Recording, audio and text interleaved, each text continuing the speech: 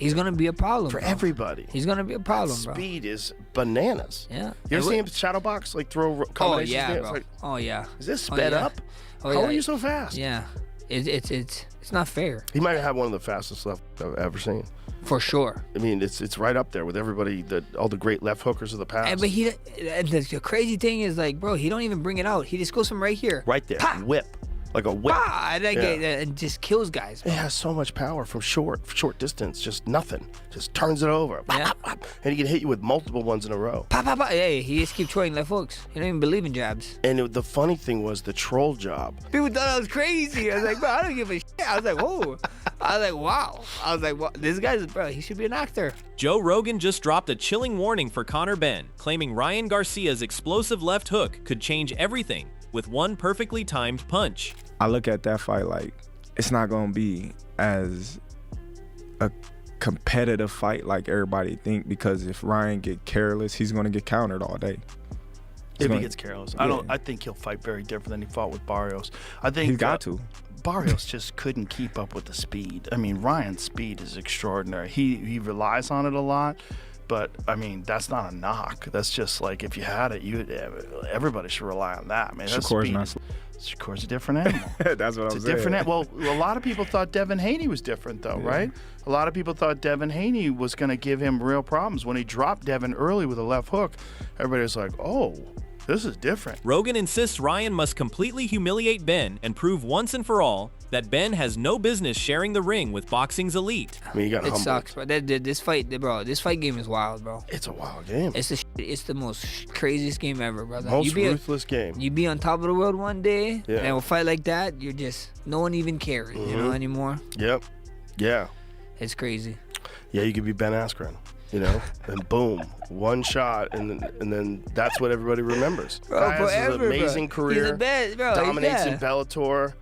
Dominated in ONE FC, comes over to America, beats Robbie Lawler in a weird one. Carl Froch shares the same belief, insisting Benn has no chance against Ryan, and warning he is going to get completely splattered the moment they exchange punches. I mean, Conor Benn against Ryan Garcia, I think Conor Benn gets absolutely splattered. I've got to be honest, I don't think he's got a chance. He's not there yet, and I've said it before, and he gets the ump with me for saying it. But who's he beat? What's he done? Who's his biggest win?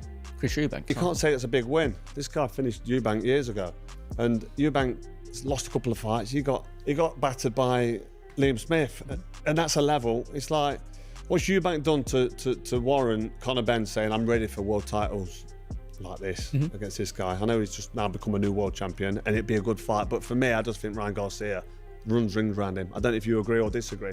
He might have a new dream. He might have a better dream.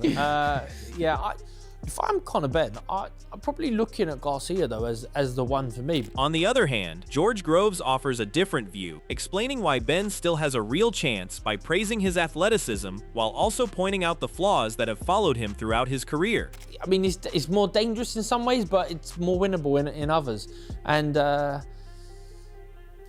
mean, that's a fight that I would be really excited for, to be honest. I'd really, because I think Conor Benn, whether like he's limited or unproven in certain ways, he's got an exciting style, and he's good to watch. He's fun to watch, and he's coming off a massive high. He's a much better fighter now than he was a year ago, just through having those two camps, fights, the whole process against Eubank, performing on the highest stage, coming back from a loss to avenge it in a great way. And maybe it might be flattering because Chris Eubank was so finished, but I think the Garcia fight, I think it's a great fight, really. Speaking on the matchup, Tim Bradley questioned Benn, insisting that if he could not dominate Regis Prograis the way he should have, how can he expect to beat Ryan? Yeah, but you know what? Wait a minute, Tim. I think he knew what he was supposed to do. He knew the assignment. The assignment was to get him out of there, and he didn't do it. But Tim, you mentioned the stylistic thing. Conor Benn is, he showed a lot to me against Eubank in the rematch. But he is not, I don't think, the athletic talent that Ryan Garcia is. No. He's not as explosive or as fast as Ryan Garcia. Very few are. So, Shady, if you were up against, a matchup of safety in the NFL, then you know he wasn't much. you had such athletic quality, you were going to eat that day, right? You might go for 125, 130 yards, whatever it is, and a couple of touchdowns, because you're like, this guy isn't anything. But that's because your athletic quality was pitched as high as it gets. Right. Furthermore, Bradley also breaks down Benn's chances of victory, but warns that he must first survive Ryan's dangerous left hook before anything else can happen. Luke Campbell dropped him, but I feel like Luke Campbell, Olympic gold medalist, by the way. Yes. I feel like Ben has a chance because he has a right hand, good right hand, a strong right hand. I think the pressure that he puts on he has an engine. Well, yeah, he keeps going, and you see the will that he has. Connor's mental is strong. Yeah, he's mentally strong. However, look, if he gets past that left hook, he got to get past that left hook, man. And one more thing. In his last fight, in Garcia's last fight, that right hand that he was throwing, okay, very effective. Nice, in the fight. Yeah, you can see him starting to add new things to his repertoire. But more than just a left hook. That's going to be a punch. I believe that's going to be a definitive punch in this fight against. I'm going to go with Ben. I think the aggressive. Adding his thoughts, Josh Kelly, who has long expressed interest in fighting Ben, also weighed in on the showdown with his own prediction. Kelly believes Ryan possesses the kind of speed and explosive power that can overwhelm opponents from the very first round. He expects an action-packed start and feels that if Ryan performs at his absolute best, Ben could find himself facing a level of pressure that may simply be too much to handle. You get what you get from Conor, and I guess Garcia's an American. He's a dangerous fella to fight. He's got quick hands. He's got that explosive, snappy power, and it could. I mean, I think this fight's going to catch fire straight away. I don't think there's going to be no feeling out process, but it's whoever makes the right choices at the right time. Is this where we really find out what level Conor Benn is, and just to follow on from that, what level is he in your opinion? I think you will see what level he is. I believe if Garcia performs to the absolute best, then I can't see past the win for Garcia. On top of that, Josh Kelly shared a balanced view of the matchup, suggesting Ben still has plenty to prove before earning complete confidence. While he believes Ben has the ability to silence critics with the right performance, Kelly feels this is the toughest test of his career so far. Even so, he says that if Ryan enters the ring fully focused and delivers his best version, he sees Garcia leaving with the win. I think Conor's probably British-European level. I think he's that sort of level. But he's there to prove us all wrong, so... But by saying that, you're essentially saying if Ryan turns up with the right head on, he'll beat Conor. I think so. Obviously, you got to root for the Brit, but I mean, yeah, it's me head sort of saying Garcia. On the other hand, Anthony Yard sees the matchup as a straightforward night for Ryan. He believes Ben has accepted this fight far too early in his career and warns that the decision could seriously backfire. In Yarde's view, Ryan's speed, power, and experience at the highest level make him a dangerous opponent, leaving Ben with a mountain to climb if he hopes to pull off the upset. Why do they want to fight him next though? Because they see an easy win. But again, even before, even with his great performances, the thing we know about Conor Benn, it was like his dad, grit, heart. He's gonna go out on his shield. He's gonna fight. You're gonna see a fight. Shakur Stevenson, in my opinion, is one of the best boxers ever. Hitting and not getting hit, it's like he's a snake. Teofimo Lopez is not a joke fighter. Mm-hmm. He made him look very ordinary. Mm-hmm. I don't think that's the route you need to go at all. Haney, a very, very similar thing. That's not the route you need to go. There's bigger fights which can be easier for Conor Benn, in my opinion. Adding fuel to the fire, Ryan's father and coach, Henry Garcia, made a bold prediction by insisting Ryan will knock Ben out and leave no doubt about the result. So confident is Henry that he is already looking beyond this fight, welcoming new opponents to step forward after Ryan gets the job done. In his view, defeating Ben is only the beginning, with even bigger challenges waiting on the horizon. Do you think that's going to happen? Very much possible, obviously, because like I've always told people, 100% mind, body, and soul, there's no one that can really challenge Ryan. And I feel that 5 or under, that's exactly what's going to happen. That's exciting. People love excitement. On the first day that the tickets went outside, they already sold $6.5 million worth of tickets. What does that say? I tell you, that's what people want, and you got to give what people want nowadays. You got to give them the exact fights, especially those that are mandatory and those that are like fighting, you know, like the TOs and the Rollies and all that, you know, the winner of that, hey, you know, we would love to. On the other hand, Terrence Crawford has gone against the popular opinion by backing Ben to win this fight. Crawford believes the clash of styles makes this a far more competitive matchup than many expect. He feels Ben's physical strength and size could create real problems for Ryan over the course of the fight. Because of those advantages, Crawford is predicting Ben to shock everyone and silence the critics with a huge upset victory. I think that's a good fight. I think, of course, Ryan got the experience, but I think Conor got the size and the power, and I think that it's going to be an interesting fight moving forward. Okay. Do you have a pick? I'm going to go with Conor. Really? I'm going to go with Conor. For real? I think you're going to upset him. Wow. Yeah. Not a lot of people picking Conor. I'm going to pick him just because. Just I'm going to go out there all right. and pick him. Wow. Okay. On the other hand, Barry McGuigan believes Ben dropping down to 147 could become one of the biggest factors in this fight. He feels the weight cut gives Ryan the edge and makes him the favorite. Even so, McGuigan refuses to count Ben out, pointing to his tremendous pressure and fighting spirit. In his view, those qualities give Ben the ability to change the fight with one explosive moment. Hamza Shearer, he's gone through the divisions, and he started at junior middle, and now he's super middle, and as Spencer says, he might go to light heavy. It's more difficult for the smaller guys. It's more difficult for them to jump up weight divisions. I think Garcia has finally found the weight he's most suitable at. I think he's a danger man at 147, and I think it might, and maybe Conor has left it a little bit too late to make 147 again, and I think that could be his Achilles heel.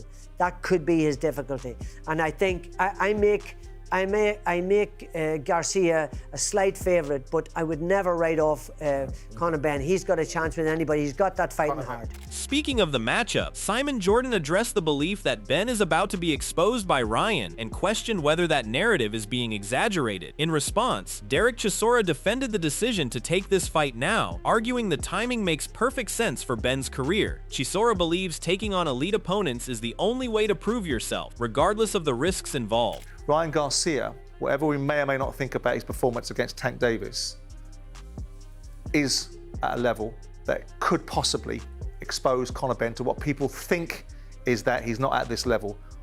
What's your view on that? Do you think he gets exposed in this fight, Conor? Listen, Conor is my pal, so I'm not going to sit here and try to mess up his name and that. This is a good fight for him. He's always wanted a big fight.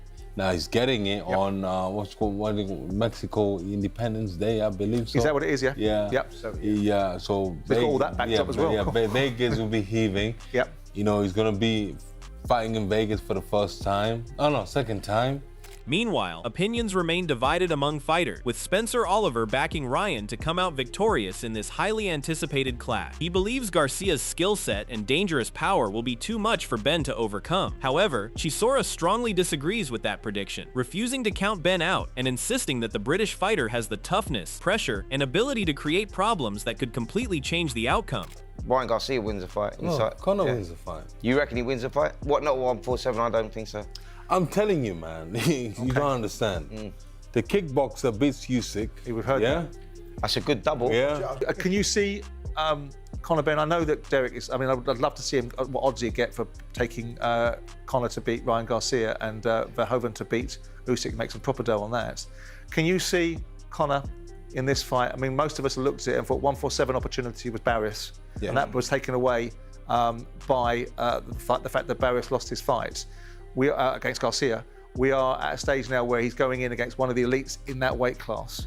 Adding another perspective, Antonio Tarver analyzed the growing tension between both fighters and suggested that the early trash talk may not reveal the true outcome. In his opinion, the deciding factor will be the work done behind closed doors during preparation. Tarver believes the fighter who enters the ring with the sharper strategy and better conditioning will succeed. While he sees Ryan as the favorite, he also points out Ben's struggles when facing intense pressure. That's a pick'em fight too. Like I said, both of those guys are showing a lot of emotions. And that type of emotions, this early, it don't make sense. So, you know, I think whoever reels that in can get to training camp and really get focused, I think it gives them a heads up in that fight. But whoever comes ready to fight and have really had a great training camp gonna win. Okay. But Ryan Garcia, they have him as the favorite. Do you think that's correct? Yeah, I mean, power. You gotta always favor a guy with speed and power.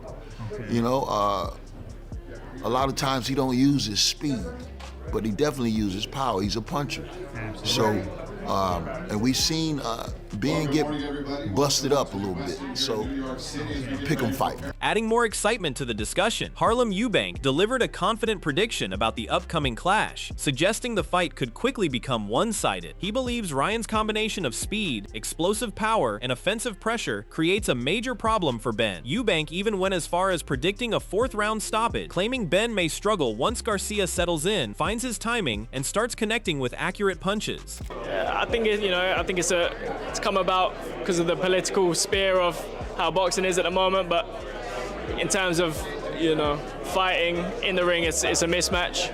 I expect Garcia to win within 4 rounds. The biggest concerns heading into this fight continue to surround Ben and whether he is ready for this level of challenge. Gareth A. Davies believes the weight move and the pressure of facing Ryan could expose weaknesses if Ben fails to adjust quickly. He predicts Garcia will score a knockout victory, claiming the result could be so damaging that Ben may consider walking away from boxing altogether. He is a box office star through thin and thick, thinner, thick and thicker, controversy and the like. He's got star character and star qualities.